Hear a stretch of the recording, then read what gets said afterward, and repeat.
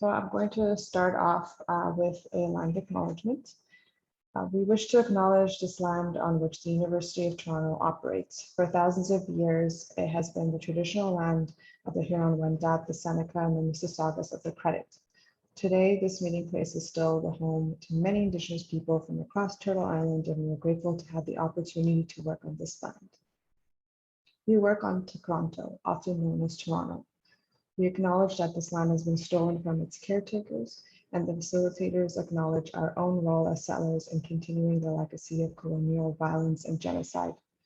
We also acknowledge that for some racialized non-Indigenous peoples, coming to Turtle Island was not a choice.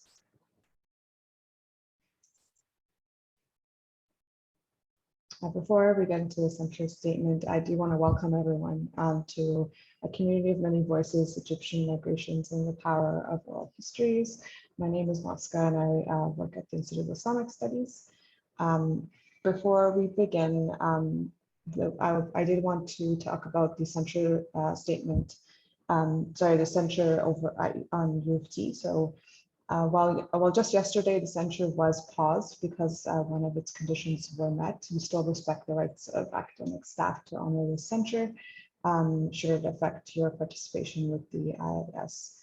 MiCA specifically, while we want to respect the censure, we also want to continue the community-facing programming that we do.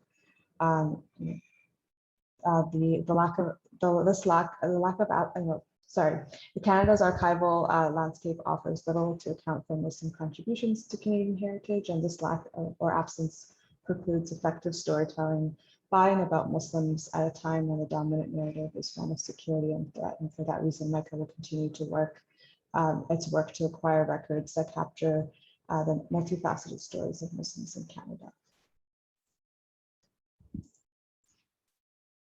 Right, so just a quick overview of what we'll be doing today. So I'm going to continue on with some introduction. So we'll learn a little bit more about MiCA, Muslims in Canada Archive, myself, Egypt migrations, and the wonderful Michael.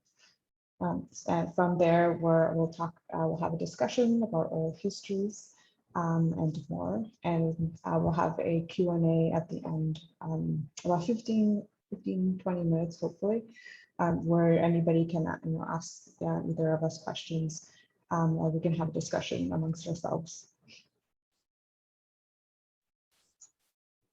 All right, so myself, so my name is Moska, and I'm the Digital Humanities Research Fellow at the Institute of Islamic Studies at U of T. I'm tasked with coordinating the Muslims in Canada Archive.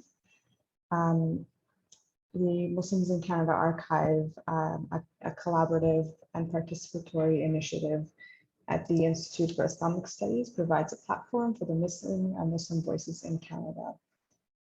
This archival project acquires, organizes, preserves, and makes accessible records of and about Canadian Muslim individuals and organizations that possess enduring value for the preservation of the history and documentary heritage of Muslims in Canada.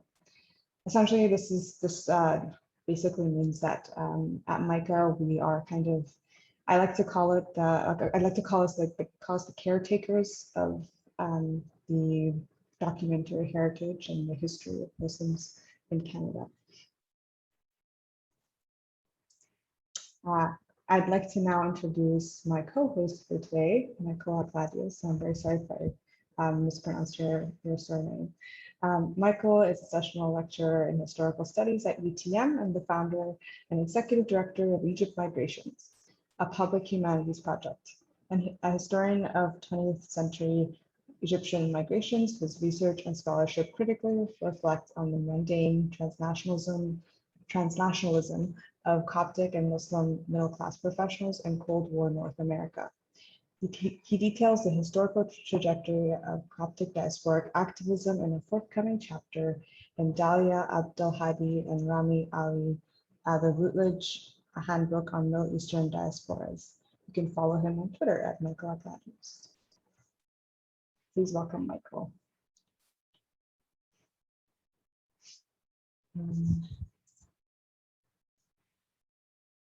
Michael, I don't know if you want to talk about Egypt migrations now or.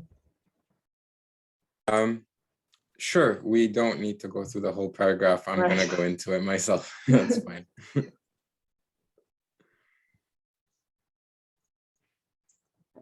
Oh.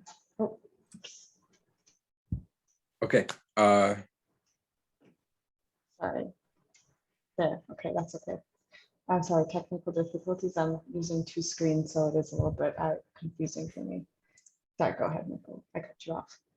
No, not at all. I guess I'll get us started. I wanted to thank everyone for coming. It's so great to see so many of you here. And I want to thank MiCA for inviting me, and Moska, and of course, Emily for moderating everything. So I'll start off by explaining a little bit about who I am and the reasons for starting an organization like Egypt Migrations. Similar to MiCA, Egypt Migrations works to preserve and promote the history and heritage of Egypt's migrants. It works to educate both Egyptians and the general public about the contributions, histories, and legacies of Egypt's migrants. And it works to empower Egypt's migrants by creating availability of records and by encouraging the younger generations to learn more about their history and to study that history. It wasn't this kind of work is the first of its kind. When I entered my PhD program in 2014 at York University in history, there wasn't anything available or easily accessible on Egypt's migrant populations. And I was motivated by the work of scholars at York University, such as Christopher Grafos, who started the Greek-Canadian History Project, Gilberto Fernandes, who started the Portuguese-Canadian History Project, to start the Coptic Canadian History Project.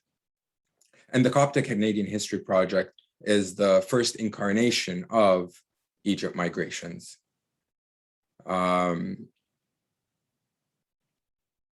So now that you have a bit of a sense of what this organization is, I want to go back in time a little bit. In 2014, I entered the PhD program. I'm motivated by certain questions. I am originally from Alexandria, born to a middle-class Coptic family there. And I left with my family when I was 8 years old in the early 1990s to Toronto, Ontario. Well, on arrival, we were welcomed by extended family that had migrated years earlier. We were taken that first Sunday to the Coptic church here in Scarborough, the first church building erected in the Coptic tradition across North America. And we were integrated into that community, thanks to the efforts of Father Marcos A. Marcos, the first priest ordained in 1962 for all of North America, and who was reposed to the Lord last year in 2020. And that experience of being a part of a community on arrival, of having family and support networks, wasn't always the case. When Egyptians first began arriving in the 1950s and 1960s, it was often single graduate students, a few migrants, some young families, and they had to build and work hard to create a sense of community for themselves in the city. So I was motivated by questions around how do migrants build community? What kind of institutions are available to support them? And what is my history as an Egyptian and Coptic migrant in Canada? I was motivated by questions about what is, or what are rather, the stories of Egypt's migrants? Because often growing up in the church in Toronto, I'm told a single story. I'm told about the Coptic community as a single homogeneous entity that exists and that contributes to Canadian society, whose leaders guide us, whether they be clerical or ethnic leaders, and that relations with outside society are managed by our ethnic and religious leaders.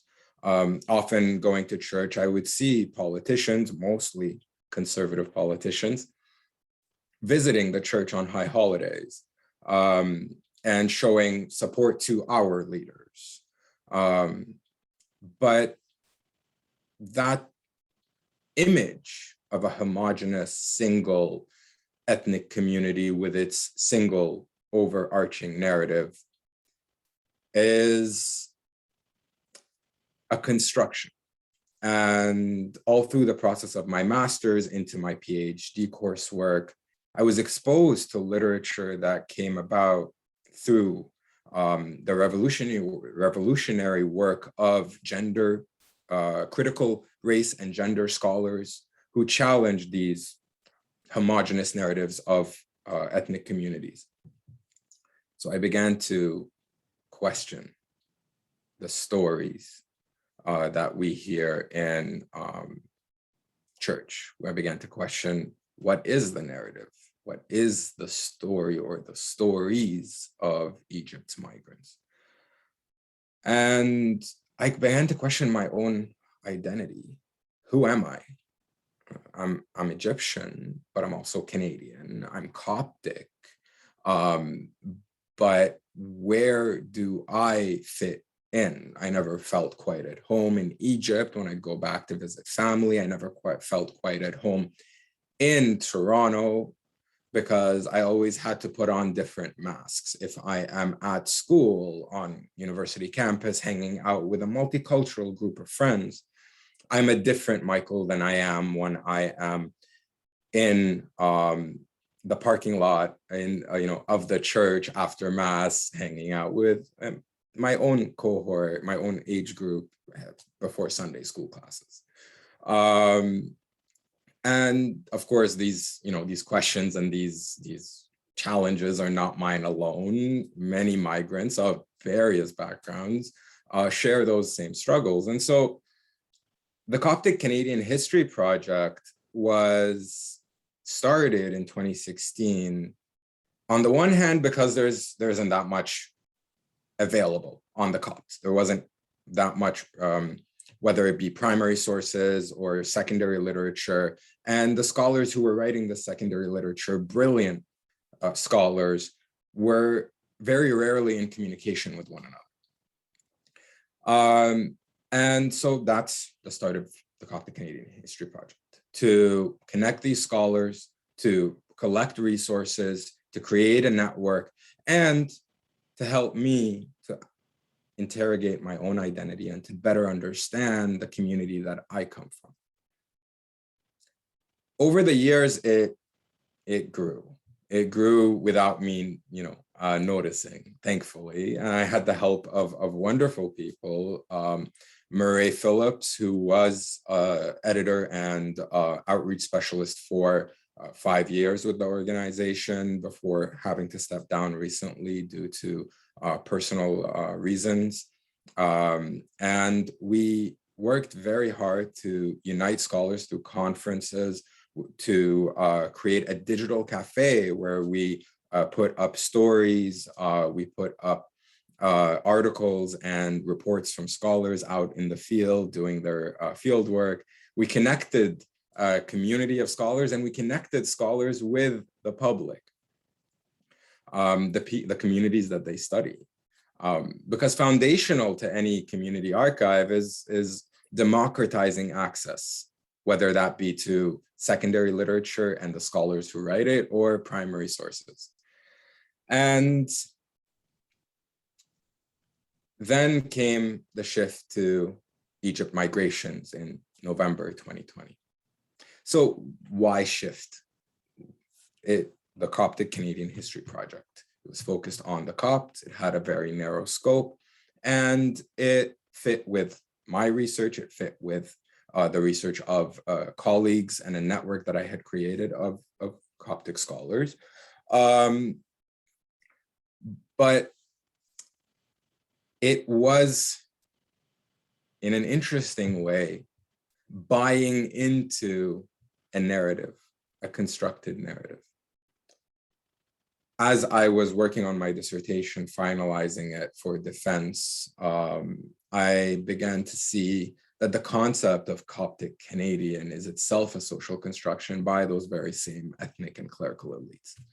And I began to wonder, if I'm trying to write, and I did, a 500-page dissertation on the Copts that connected the Copts with other communities, that spoke about Coptic and Muslim migrants and their relations and their interconnected lives, both in Egypt and in the diaspora. And if I wrote about Jewish and Armenian migrants, if I wrote about the Lebanese Egyptian club and the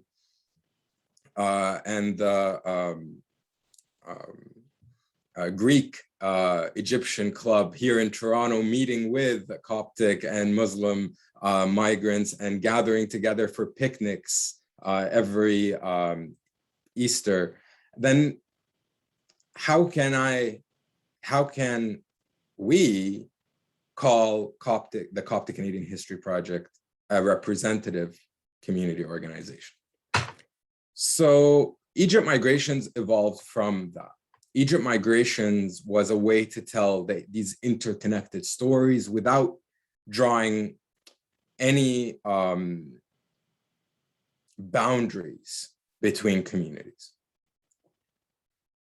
And the name was very specifically chosen for that purpose. Egypt Migrations. We did not choose Egyptian migrations. We chose Egypt Migrations because we conceptualize of Egypt as a space of meeting, as a place where people go in, through, and out of, make connections, carry those connections forward, continue to interact with it, have emotions toward it in very different ways, but Egypt, not Egyptian, not necessarily carrying that national identity.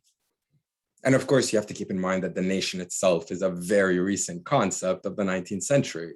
And so human migration far predates the nation state.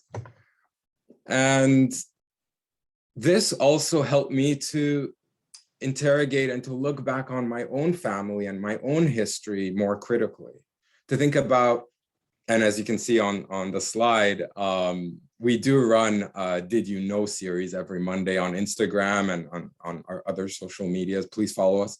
But we have this little Did You Know series about like little fun facts about Egypt and its migrants and their stories. And one of the first ones was my own, because I believe it's so important to share of yourself. And we'll get into that when we talk about oral histories, that to be truly democratic is to share of yourself at the same time as you're asking others to share.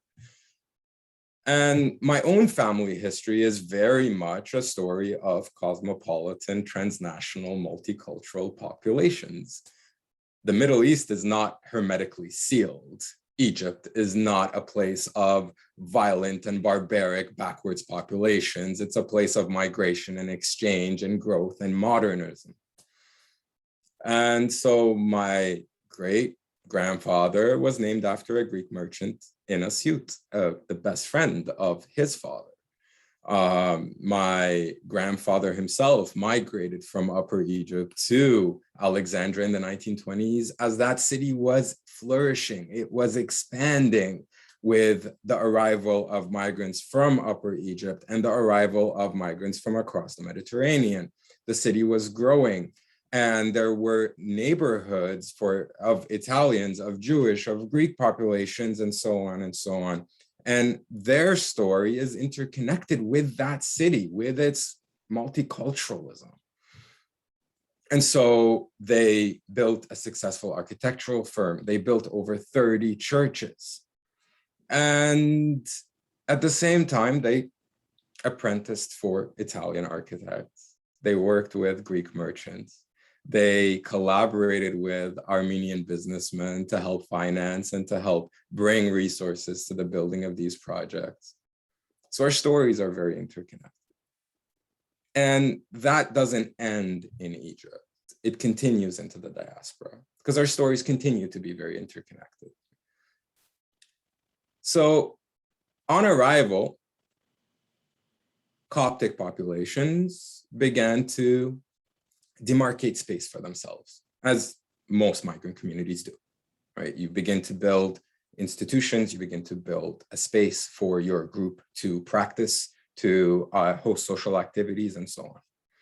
And oftentimes, as Copts move through the downtown core, renting different churches in Toronto before purchasing their own, new migrants from Egypt would find themselves on the steps of these churches because here they knew they would find someone who speaks their language, someone who can help to guide them, someone with resources. And they were also, the Coptic populations, were also demarcating space from the communities that already inhabited and existed in the Americas. One of these examples, one that I love to share and I always find very interesting, is a story that we actually have on our website about the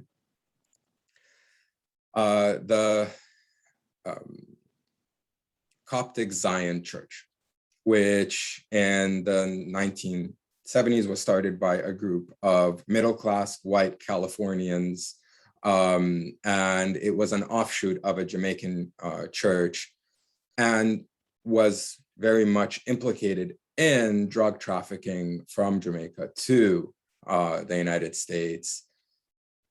And a documentary was released in the early 80s by CBC on this church. And the announcer kept calling it the Coptic church. The Coptics smoked marijuana during their service, and they showed footage of families sitting around with young children wrapping joints. And of course, this infuriated the priests and members of the community. And they drew petitions, they emailed that's too recent. They mailed the CBC asking for it to be taken down, or at the very least an apology to be issued, and it was. And so these communities are demarcating space, as I said. They are setting up, explaining who they are, why they do what they do, and educating others about their lifestyles at the same time as they are finding others of their of shared background or shared experiences to have events with. And this kind of storytelling, this kind of sharing of interconnected stories is what Egypt Migrations does. And then why we do it? Well, we do it because we seek to democratize access to this material. We seek to share the stories and empower our communities by telling them that there's no single story, there's no official narrative. There are a multiplicity of stories that connect and interconnect with others. And we do so much more materially and personally to me and to others in our network, because we want to make sure that these smaller, textured, richer stories that don't necessarily fit in with the established narrative of elites or even the established national narrative of Canada or the United States don't get lost. So that's what community archives are capable of. Community archives are capable of bringing people into communication, exposing them to aspects of their history, and going out and collecting stories and collecting archival material and collecting oral histories and keeping it for future generations to be able to access and engage with and think critically with. You know, there's a common frustration among within Coptic communities that many arguments end up devolving, or arguments about our history or our traditions or our heritage end up devolving to, well, Abuna, the priest, told me this. Or Ammo, my uncle, told me this. And then these are considered the points of authority, the points of reference in conversations and debates. But what if we created a space for people to go and do their own research? What if we created a space for people to find primary sources, to find secondary sources, to go on their own educational journeys? And then when they sit down and they have these conversations, they have these conversations calmly, rationally, and they are looking at data or material that they can freely access and then engage in constructive debate. Build a knowledge base, build future conversations. And if you'll notice that I constantly oscillate between the historian or the scholar and the personal and the private, because I am an insider at the same time as I am an outsider. I am a member of this community, deeply invested in its history, its heritage, its internal debates, its politics, its arguments, at the same time as I am an outsider and a scholar with 7 years of training, buried in books and writing to produce scholarship and make it publicly available. So I am an insider as outsider. I can never be unbiased, which I don't believe in the unbiased observer. But at the same time, I do bring critical training and knowledge to the material and to the conversation.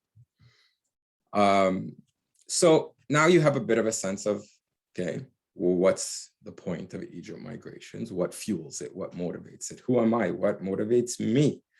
And that transitions to, well, the one word that defines Egypt migrations, that defines my research, that is central to really how I perceive the work that we're doing. And it's a literary term. It's heteroglossia. And heteroglossia, it means of varying and at times opposing voices.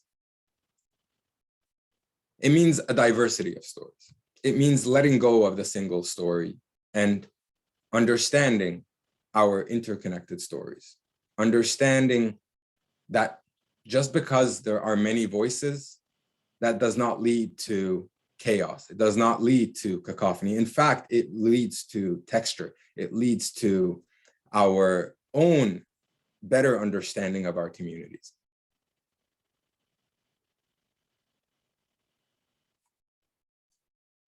So I'm sick of my own voice. I'm sure you are as well. Before we turn to oral history proper and the kind of work that we do and the kind of work that you can do to preserve your own community histories, I wanted to open the floor to MiCA and to Moska and to ask Moska about her positionality and what the intended outcomes of MiCA are. Thank you, Michael. I think it was very interesting for me to hear kind of the whole history of how Egypt migrations became what it is today. We've only briefly touched on in our own conversation, so it was really nice to see the whole, hear the whole story, I guess. Yeah, I think I wanted to. One thing that you said that kind of sort of struck me was you being one of your identities being like an insider and an outsider to this work, and I think it's very reminiscent to, and so similar to just the kind of struggle between being an Egyptian and being a Canadian. It's like, where do you actually belong, right? And it's funny that how that follows us into into academia as an insider and outsider, and where do you actually belong? Because I feel the same way.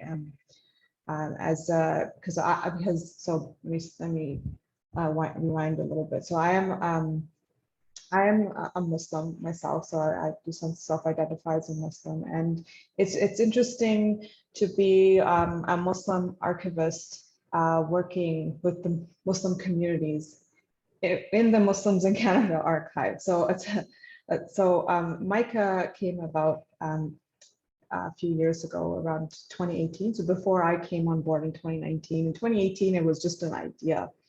It came about because many Muslim community organizations, they met with the Institute of Islamic Studies and had some conversations about what was missing out there to tell the stories of Muslims, what was missing out there on Muslims in general. And some of the things that came out of those conversations was, there's not a lot of, first of all, data on Muslims, in terms of,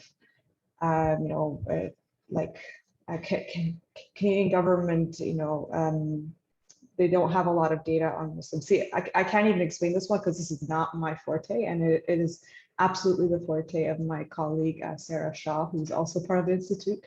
But one other outcome from those conversations was this idea that there's not a lot of storytelling or alternative or counter storytelling being done to talk back to, almost yell back to the very skewed, often misrepresented stories and images and viewpoints about Muslims, which are always very much centered on security and terrorism and war and suffering and all this sort of damage-centered narratives. So that's honestly, that's how MiCA came about. It just like you mentioned, Michael, there was for your own community, there was not anything out there about Muslims that allowed Muslims to tell their own stories in their own words, anything that was out there was mostly by was told by the media, which was skewed, like I mentioned. I did do a bit of kind of try to take a look at what current archives have about on Muslims and what kinds of things they talk about, and it was always, for example, it was always centered around the wars that were going on, how did Canada get involved in those wars, for example, and it was always like centering Canada and Canadians versus centering the Muslim community. And at the same time, because we were not telling our own stories, we were often mislabeled too. So at some places we were called Islamic Canadians or something like that instead of Muslim. Whereas we ourselves would never call ourselves Islamic Canadians or something like that, Islamic peoples or something. So this kind of nuance in these sorts of things that an insider, I guess, would know was lost, and so we couldn't find ourselves in the records. Or at least, even if there were records about us, they weren't accessible, or they weren't publicly, accessible to the community members themselves that are being studied or that are being recorded. So this is how MiCA came about, and I think it was when I saw MiCA's existence and that they were looking for an archivist, I think it was an immediate sort of it was very obvious for me that I needed to be part of this project from the beginning. And I just happened to be also a Muslim myself, so I think one of the reasons that it's been an advantage for me is because of this cultural competency that I bring into the role as a Muslim archivist. I know I'll understand things that maybe non-Muslims might know, like, for example, please don't call us Islamic Canadians.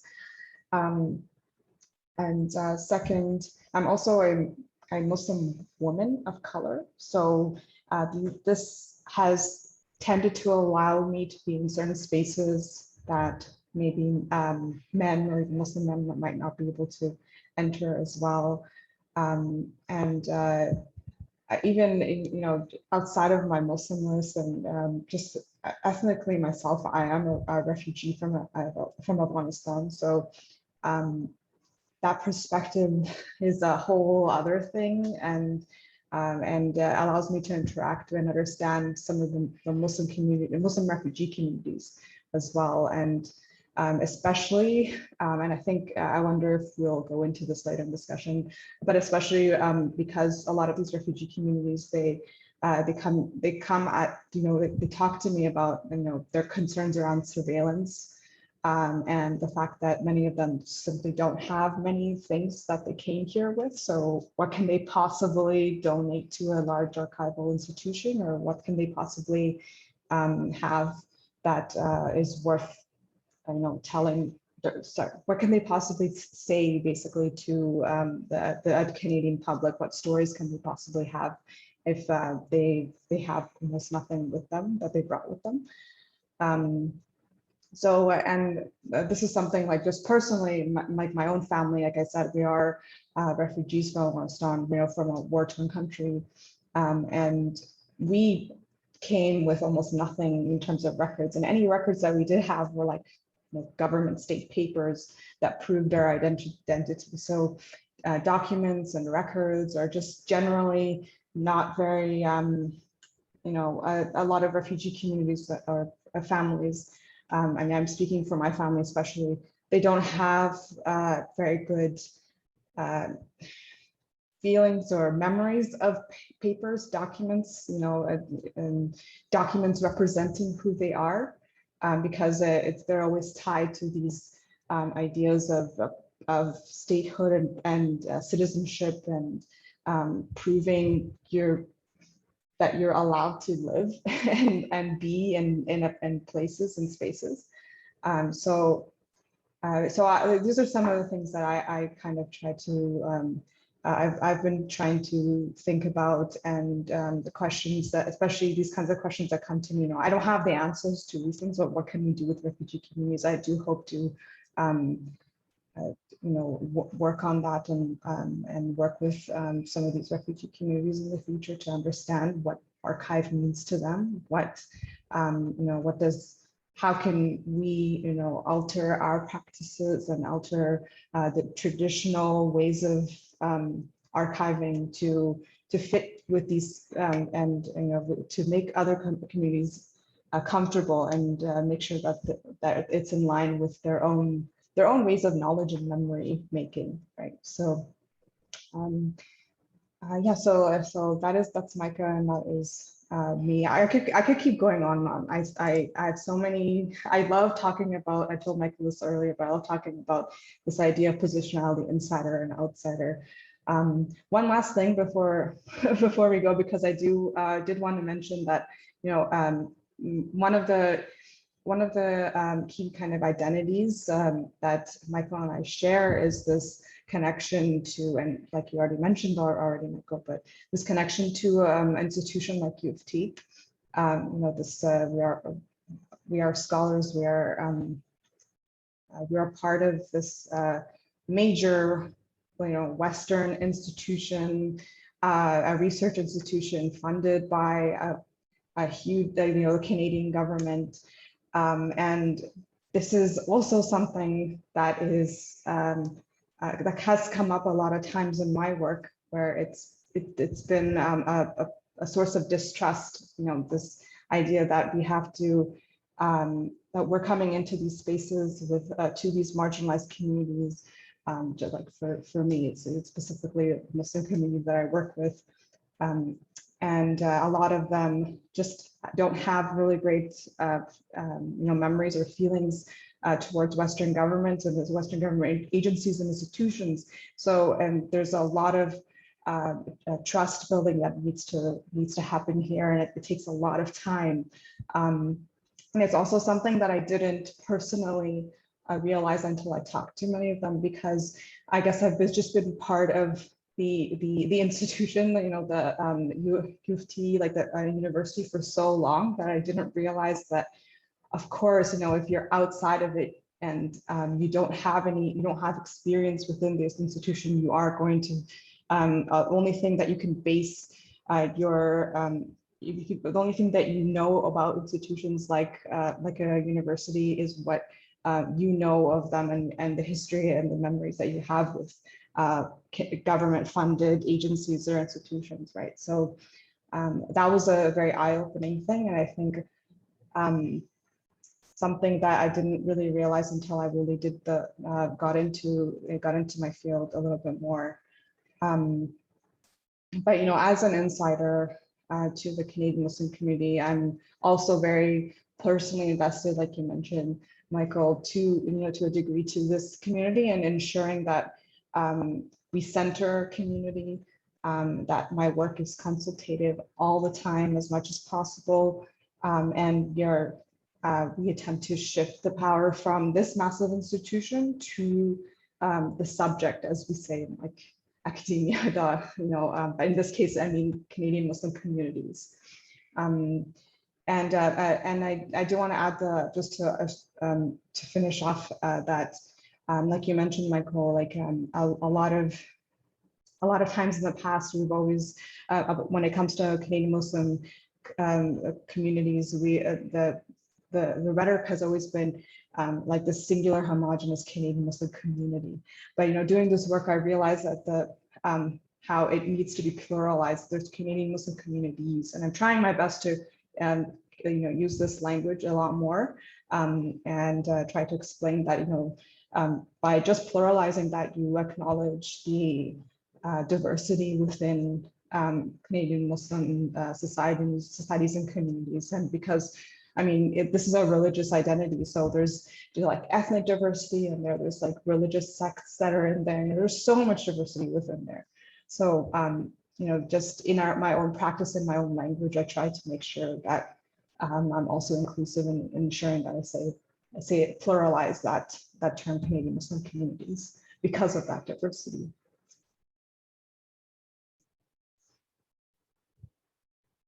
Do we want to? Oh, sorry, Michael, I think you're muted. I was saying, yeah, it is daunting, and personally, I wish you great luck, because when I was first contacted regarding MiCA and this talk, I was awestruck by a Muslim Canadian archive, because that's a plural, like that's a lot to encompass along religious lines. It's a lot of diversity and a lot of intersecting identities to try to capture. And I can say from my own experience with Egypt migrations, even just focusing on a single point of origin, I won't call it a national identity, because I don't feel like everyone sees it that way. That's why we chose the name. But even focusing on a single point of origin or encounter, that constitutes a plural, plural and multiple experiences. Mm-hmm. And it's difficult, right? Absolutely. But there is something that you said. I mean, there's much that you said that I agree with and I want to talk about, but there's one thing I want to narrow in on, and that's the issue of preservation and what an insider can bring to these conversations, especially in relation to an institution like U of T. In our case, we deal directly with the Clara Thomas Archives at York University, because that's where the organization started. That's where we started our collection, and we continue down that road. We are building at the Clara Thomas Archives the first and only Egyptian immigrant archival collection in the world. And so since it started there, it stays there. And an insider brings their own knowledge of the community, their training, their expertise, and their knowledge of the language, of the traditions, of the practices, of the multiplicity of the community to these conversations, and informs the archivist. I mean, in your case, you are the archivist, so that's wonderful. But in my case, I work with archivists of diverse backgrounds themselves. And so it is the role of the community archive to inform the institutional archive about the value of this material, how it should be cataloged, what it means, why it matters, and to respect the way that Egyptian or migrants of Egypt choose to preserve, catalog, and record their experiences. Within within Coptic communities, often older members of a church or of a community will write autobiographies, and then include in these autobiographies, the last third, self-published autobiographies, the last third will be scans of primary documents that they have held onto over the years, and then destroy the records because they're not valuable anymore. I've published them in a book. They're there for anyone to see. The originals are gone. And so it falls on me, or it fell on me originally in conversation with archivists, to explain to them this process and the value of holding on to these very recently published autobiographies. Often you'd think, well, why would a very recently published autobiography be of archival value? Well, no, it very much is. And so we've been collecting this material and preserving it when we can't get a hold of the original record.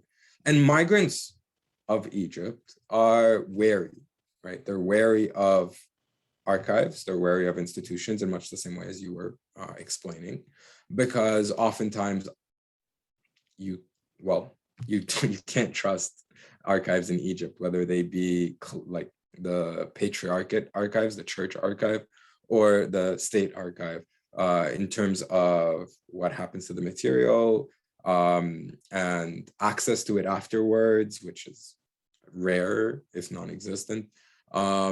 And so oftentimes people will avoid that trajectory of preserving material. There's no concrete knowledge or educational resources to explain what archiving is, explain the value it has for our futures. And that's something that Egypt Migrations has taken on. We have produced a podcast, and we have produced written material, educational resources on the value of archiving and the value of archives to research and to writing about our communities. And I want to use this point to transition this issue of security and fear around institutions and documentation to start talking about oral histories. Because I think I've taken up a lot of time talking about Asian migrations. I should talk about what we're here for. So doing oral history is a way, I mean, it started in the 70s and 80s as a way to democratize the writing of history. It started as a political goal to be inclusive and to recognize the diversity of voices that make up our society. So in essence, doing oral history is a political act. It's taking a stand and saying that our stories do matter. And it has value. Everyone's story has value because it adds to the whole. And it often asks of us to question the whole story, because that incompleteness of oral history, that incompleteness of the remembered events, it often brings into question whose story we're telling as scholars and how faithful we are being to people's diverse experiences. And then it raises new questions about, well, is this person remembering something that contradicts the historical record because they're wrong or their memory is faulty, or is it because their account or their perspective has never been taken into account before in writing the historical record? And when I first started conducting oral histories, I did encounter fear, right? There's fear over how much do I share? How much do I say? Where is this going to end up? What are you going to do with it? The moment I take out the consent form, which is mandated by the Tri-Ethics Council Board to have the participant, and I shifted away from using subject to use participant, the participant to engage in conversation, you need the consent and the consent form to be filed. So that was a problem. The moment the consent form comes out and you're required to sign your name to something, the hesitancy seeps in. The moment the recorder is put on the table, people can't keep their eyes off of it as they start speaking. And your role as the interviewer is to try to put people at ease, to invite them to tell their story, to start small with little questions about, what's your name? Where did you come from? How was it growing up in X place or this region or this town? And to be able to develop that rapport and that conversation, and you need to, one, be at ease so you put the person in front of you at ease. And two, be very knowledgeable of the process and procedures. Explain to them what this form means, who sees it. Explain to them how their anonymity, if they choose it, is being guaranteed. Tell them about what steps you're taking or your archive is taking to protect them, whether that be through a secured fingerprinted SSD drive, external SSD drive that's kept in a locked box, or that might be in access restrictions placed on the archival record once it is filed. You explain to them that despite this process that has to take place, they will be protected and how you will be doing it, and reinforce the value of the stories that they're sharing. Because often we all, I think, in the process of conducting oral histories run into this, but speaking from my own experience, I ran into people who tell me, well, my story doesn't matter. Right? Why haven't you spoken with this priest? He's been here since the 70s. Why haven't you spoken with this businessman or this journalist? You should go speak with X. You should go speak with Y. But then your story does matter. Your experience matters. And it's your job as the interviewer to explain that. And the best way to create a conversational style and to engage with people on a personal level, and the best way to guide them into telling their stories and reinforce that their stories matter, is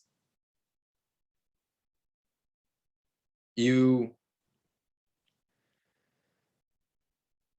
become knowledgeable about that history. You read about it. You locate resources, you locate people who can help to guide you to understanding that history, to understanding that community. Because, and this is really important, just because you're an insider, insider and outsider are double-edged swords. Just because you're an insider doesn't mean that you automatically know everything there is to know about this community or its history. In much the same way that the outsider needs to do years of study, understand the language, understand the traditions before they conduct fieldwork, the insider must reflect on how much they actually know and the biases that they're bringing into this research based on their own class background, based on their own gender, based on their own family experiences. And question that as you conduct the interviews. Never take anything for granted. Never assume that you know somebody's story or that you know what happened at a particular event that they're talking about. Always ask questions, always ask for more. So make people comfortable, be knowledgeable of the procedures, be knowledgeable of the history, and engage people in conversation and reinforce that their stories matter. And oral history then yields so much texture. It brings you as a community, as a society, as a scholar, it brings you so much information and texture about people's lives. So now I'm going to ask Moska to show us two clips that I've provided. One is from an interview with 22-year-old Lubna Hassan, who lives here in Toronto. Actually, Moska, can we skip the trailer because we're short on time? One is from 22-year-old Lubna Hassan, who was born in Cairo and moved to Toronto, and who reflects on food, something that connects her to home. And the next is from Nelly Fanous, a 64-year-old from Jaffa, Palestine, who lives in Toronto and has deep connections to the Coptic Orthodox Church, and who reflects on not only the process of settlement, but also, and importantly, on the group dynamics within Coptic churches that created tensions for her own family on arriving and seeking support. So we'll start with Lubna's clip. Is this the right clip, by the way? I believe that's the trailer. Oh, this is the trailer too. Sorry. I think it's this one. Is it this one? Yes, yes. Yes, okay, got it, okay. And let me know if you could give me a thumbs up if you can hear it. I mentioned something, it's called molto. It's a food. It's like a croissant and it has chocolate in it. And it's not very good. Like, it's not, like, people would say it's amazing. It's just that, like, it tastes like childhood. You know, there's a lot of things that, like, just taste like childhood.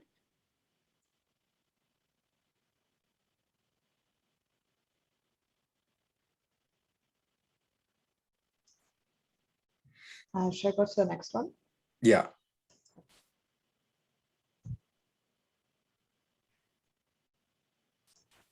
We wanted to connect with the Coptic Church because back home, we were very involved in the Coptic Church. So we went to St. Mark's Church, which was the first church to build in Toronto. And we went there, you know, for support as Coptics, new people in Canada, and so on. But to my surprise, they did not know that people in Palestine can also be Coptic. It's very uncomfortable, even though we tried to mingle, but we still felt strangers.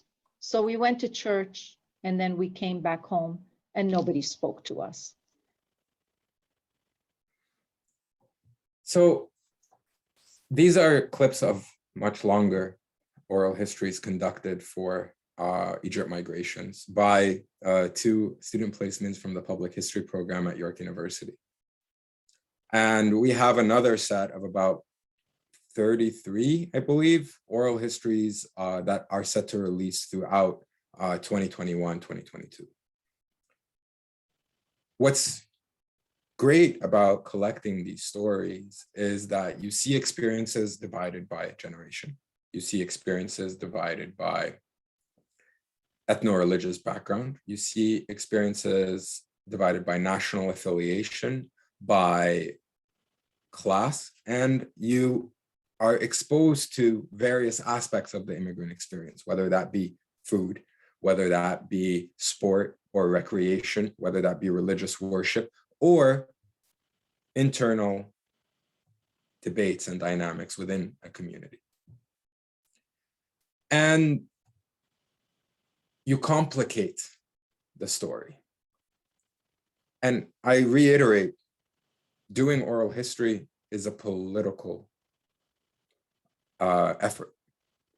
It is meant to change the way that we discuss the various communities that make up Canada.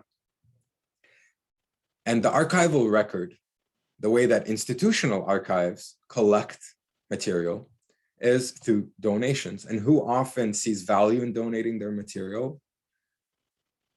Affluent, powerful, Anglo-Canadian, in the case of Canada, Anglo and Franco-Canadian institutions, organizations, individuals. The archive is not neutral. There is no such thing as a transparent archive or transparent written record that you find. Just because you find documents in an archive doesn't mean that they just magically appeared there. Rather, they were curated, they were selected, they were presented and cataloged and preserved. And so community archives, by collecting oral histories, by collecting the written word, and by collecting the memories and experiences of migrants, we produce, as Moska said, counter narratives, and we also expand the national story. We expand the stories that we are exposed to, that our children are exposed to, that are taught in schools, that are taught in universities. And we create access to material that can be easily shared with others. So one important point that I think needs to be emphasized and reiterated and questioned as you think about oral history and conducting oral history is shared authority. How do you ensure that the participants in your oral history work are part of that process, are incorporated into that process? Because our work should always be not extraction, but collaboration. We are not extracting stories from individuals. We are collaborating in sharing their stories. We are collaborating in the preservation of their stories, in the curation of these oral histories, and in the exhibition of these stories for public use.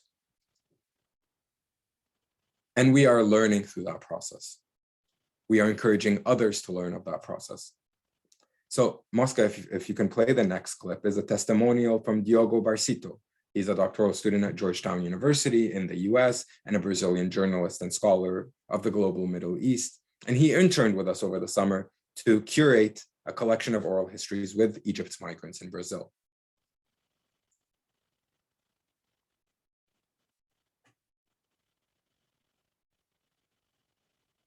My name is Diogo Bercito. I'm originally from Brazil, but now I'm based in Washington, D.C.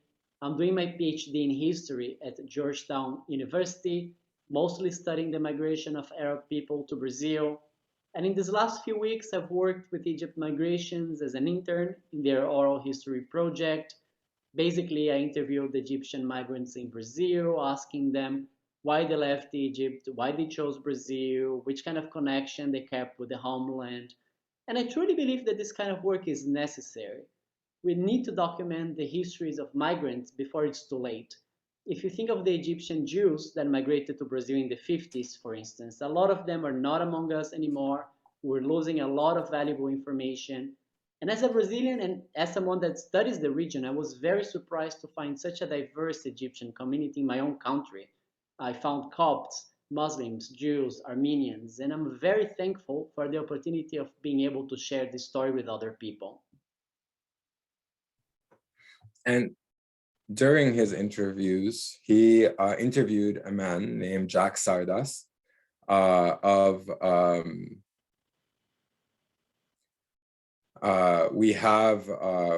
who was forced to leave Egypt with his family, and his passport was stamped with Mughadra Nihaya Bidun Auda, departure definitive without return.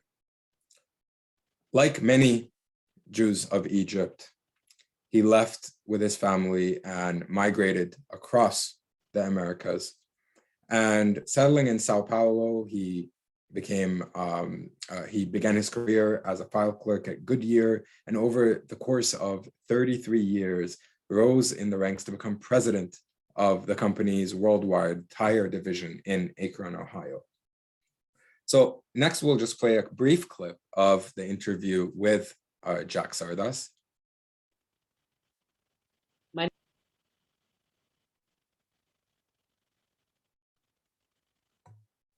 Did you see yourself as a foreigner at that moment, living in Cairo? My feeling was not that I was feeling a stranger. The fact is that we were considered foreigners. Although I was born in Egypt, I could never get the Egyptian nationality.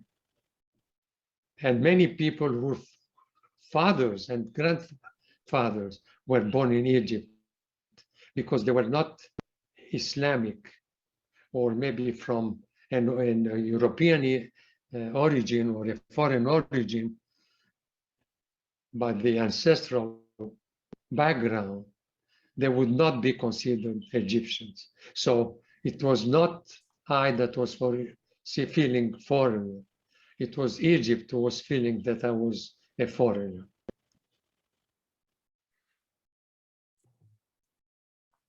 A lot changed over the course of the 20th century in Egypt. But the reality is that Muslims, Christians, and Jews, among others, called Egypt home.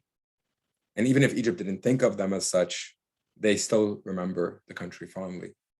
And Jack Sardas's full interview, which should be premiering at the end of this month, along with Diogo's exhibit, talks of collaboration, of exchange, of cosmopolitan relations. And it talks of the vibrant, interconnected stories of Egypt's migrants. And that's the power of community archives. And I invite you during the Q&A to ask me questions about how to go about doing your own archival work, to record the stories of your local communities, and to do oral history and interview and speak with family, with extended relations. What are the best practices? What kinds of advice can I share from my meager experience to help guide you in this process? So thank you for listening to me. And I turn the floor over to everyone in attendance to ask questions and share their stories.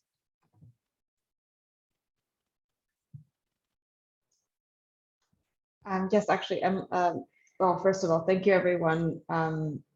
So we do, this is our Q&A portion now, so please, thank you for sitting so nicely and listening to us. Please feel free to either unmute yourself or to speak, or if you are not comfortable with that, because obviously your voice will be recorded. You can also add any questions into the chat, and we'll make sure to answer them. Actually, Emily makes a good point here. Like a lot earlier in the event today, somebody did ask for your dissertation or a link to it, or the title or something. If you had that, Michael, that would be really great. Actually, yeah, a lot of people are interested in it. Well, I thank you for your interest, and I am shocked you'd be willing to read a 500-page dissertation, but it's actually under embargo currently. I put it under embargo in preparation of submitting my book manuscript for publication, and it is one of the requirements to see that through successfully. And so I will definitely share the news once the book is hopefully accepted and moving forward.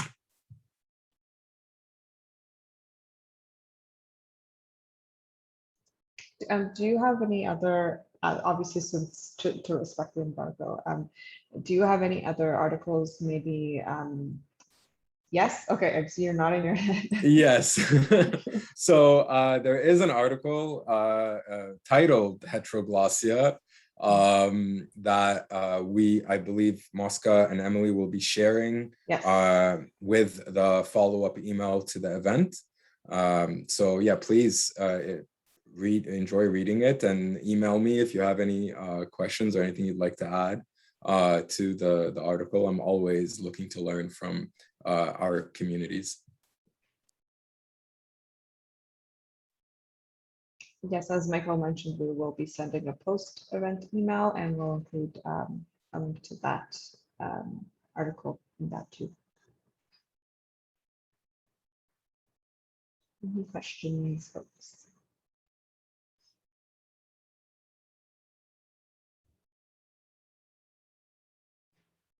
If there aren't, Michael, we have some time. If you wanted to talk a little bit about community archiving or like best practices, please, please go ahead. I know I'm interested because I myself, I didn't mention this earlier, but I did for my master's do a very short oral history project for the the Afghan Canadian community. So I'd love to hear about some of the methods that you've used and some of the practices. Of course, of course. I think something that I've learned over the past year, especially of overseeing oral histories conducted through Egypt migrations under COVID, is Zoom makes things very convenient, and it connects the world and allows us to do to continue to do oral histories, but it comes with its limitations. It comes with, most glaringly, the issues of accessibility around technology and affording the kind of technology that allows you to appear clear and centered, and your voice to be pitch perfect on camera. And so that's something that we really, well, initially we accepted, and we understand the limitations of technology and the accessibility issues. And so it affects the presentation of the oral history exhibit, because sometimes it cuts out, sometimes it's grainy, sometimes the audio clips and maybe is echoey or hollow. But the priority always ended up being, sharing people's stories, sharing the content. That's what matters. So the biggest advice I can give from the learning that we've done over the year is a good mic and webcam. And if possible, depending on health regulations in your city and your locale, conduct the interviews in person. And be mindful of how you conduct yourself in person or virtually, because each one requires a different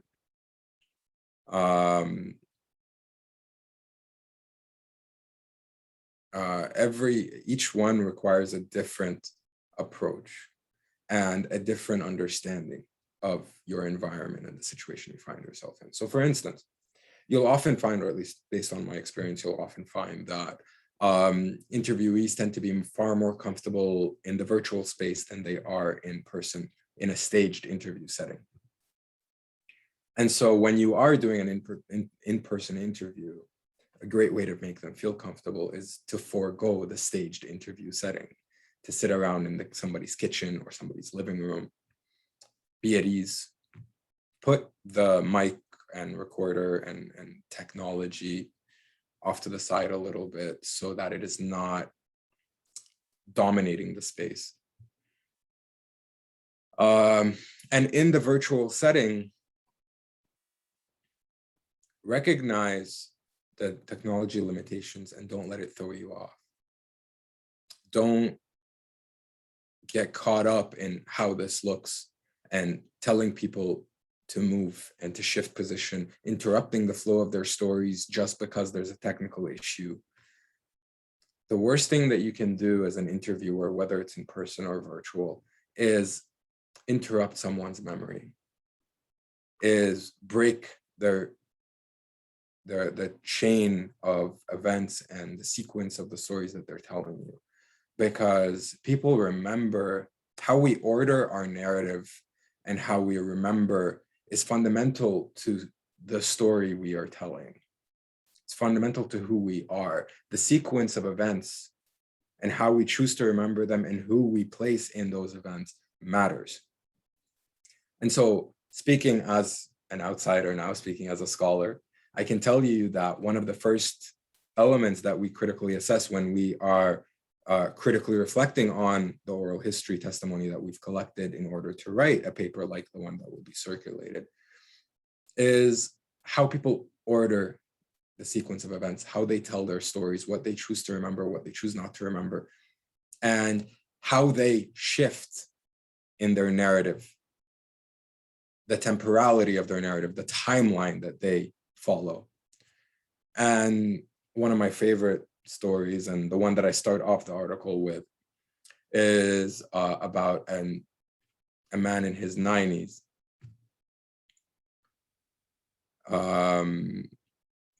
And how he told me a story without taking a breath and oscillated between 80 years of history back and forth in one flowing narrative. And if you interrupt something like that, you lose out on who this person is, or at least how he imagines himself. But I'll stop there and feel free to ask more questions.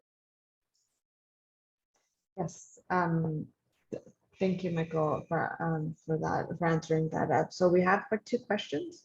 The first one is, so like Joe's interviews with Egyptian migrants in Brazil, I see you are open to decentralizing the interviewing process by allowing for community members to collect oral history accounts from within their circles.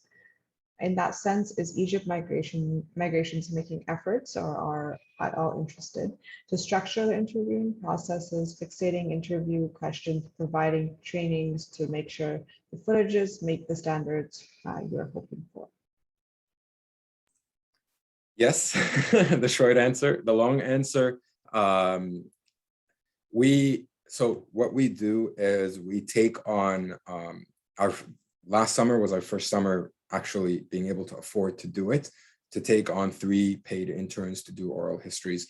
Next summer, we are hoping to do the same thing. It's the most our budget can currently allow. We are an independent non-for-profit organization. We are working towards securing charity status.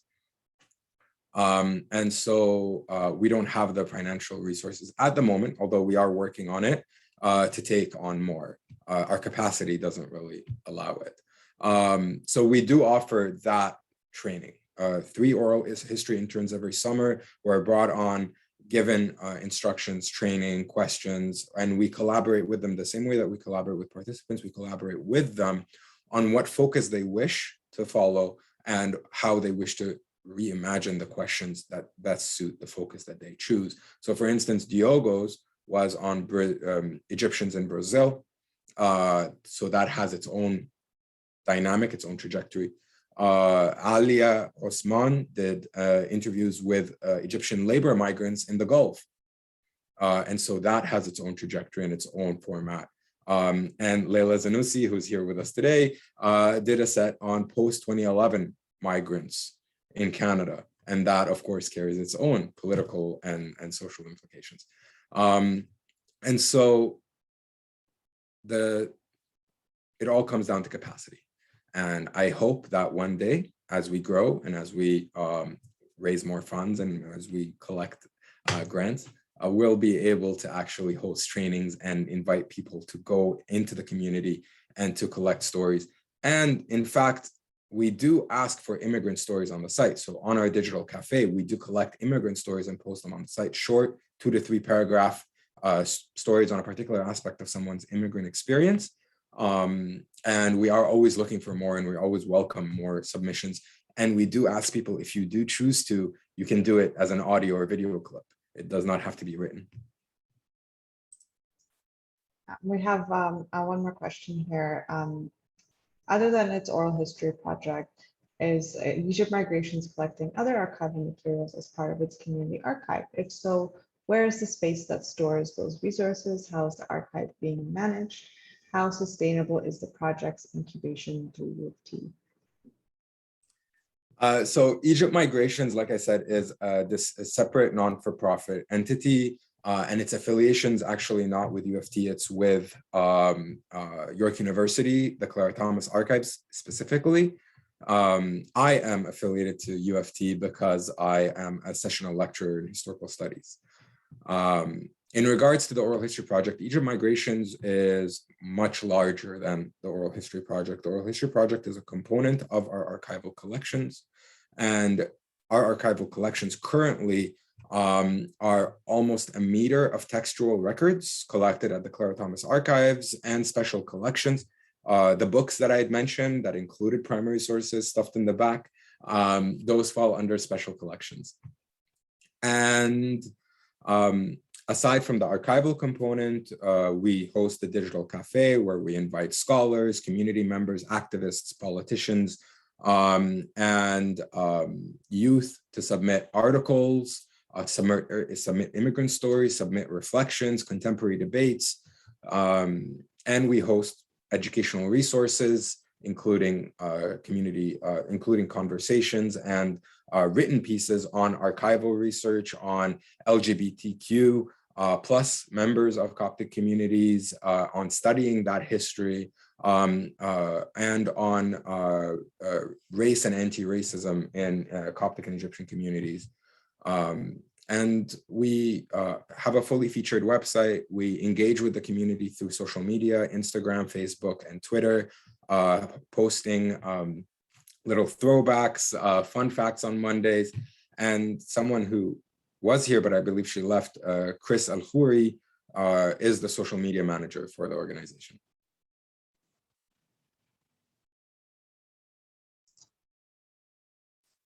If there are no more questions, we only have a minute left here for this event. I want to thank everyone for joining us today. Thank you so much, Michael, for taking the time out to talk about Egypt migrations.